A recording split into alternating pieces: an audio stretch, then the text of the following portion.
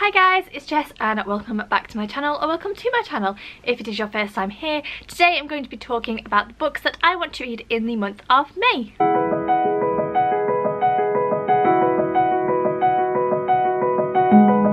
Now, I've set myself a fairly substantial reading list this month because in March and April I managed to read a whole host of books, but smack bang in the middle of May I'm having my wisdom teeth removed and the dental hospital has advised me that I could be out of action for up to a week. So I don't know whether that means out of action as in I'm basically going to be in bed reading for a week, or out of action as in I'm not going to want to do anything. So I've planned myself this TBR on the basis that it's the former, and we will cross our fingers and hope that I will get some serious reading done. So first of all, I'm just going to briefly mention the books that I didn't manage to read in April that I want to roll over into my TBR this month.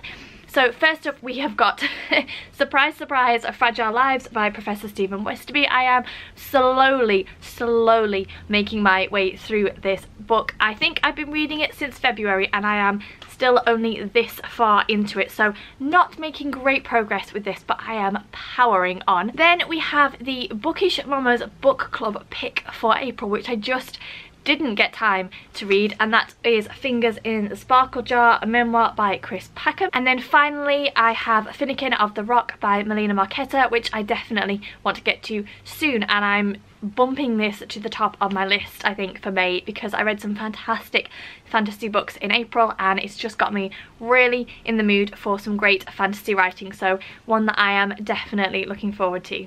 So if you want to know more about those books, I will link to my previous TBR video in the description box down below, so you can hop on over there and watch that after watching this one. But now on to the rest of the books that I want to read this month. So first up we have got The Passenger by Lisa Lutz. This is a psychological thriller which I have owned for a very long time, and I'm just feeling in the mood for something quite quick and easy to read. So this is about a woman who is accused of killing her husband. I think she goes on the run from the police when her husband dies, and it just says on the back, in case you were wondering, I didn't do it.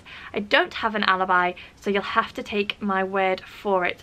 But I think that she perhaps has a hidden past that she's trying to keep covered up, and yeah, I don't want to know much more about it than that because I'm sure you will agree that psychological thrillers, the less you know, the more exciting it is because you just don't know what's coming around the corner. So one that I definitely want to pick up this month. Next up we have The Ocean at the End of the Lane by Neil Gaiman, and shock horror, I have never read any Neil Gaiman books, so I thought that I would dip my toe into his writing and just pick up one of his shorter books. And I think that this is a mix of fantasy and magical realism and is an observation about perhaps the way that we view our childhood memories, and that's literally all I know about it. And I'm really excited to read it. As I said, it's one of his shorter books because I'm particularly intrigued by American Gods, but that is on the mammoth scale of a book. So I thought that I would try out his writing style, see what I thought, and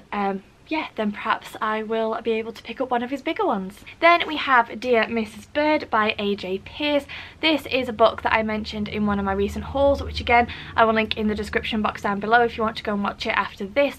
This is about a young girl in the Second World War who dreams of being a war correspondent, and she applies for a job with a newspaper, I think, but doesn't get the job that she's hoping for. Instead, she gets assigned to be an agony aunt, and it's kind of a hijinks book, I think, about the responses that she gives to some of the letters she receives during the Second World War. And I don't know too much about it, but I've heard very good things. This is a new release, it only came out last month, and yeah, I'm really looking forward to reading it. And then the final book I want to read this month is the Bookish Mama's book club pick for May, and I am super excited about this because it is one of my favourite authors, and it's The Great Alone by Kristen Hanna.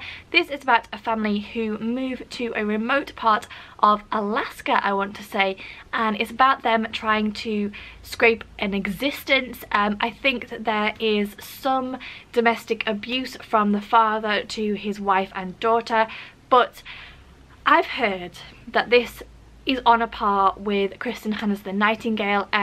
In March I read one of Kristen Hanna's other books, and although I loved the characters, I wasn't so hot on the storyline, but I have heard that this book is on a par with The Nightingale, which is one of my all-time favourite books. So I am so excited to be reading it for the book club. I am so excited to be reading it full stop.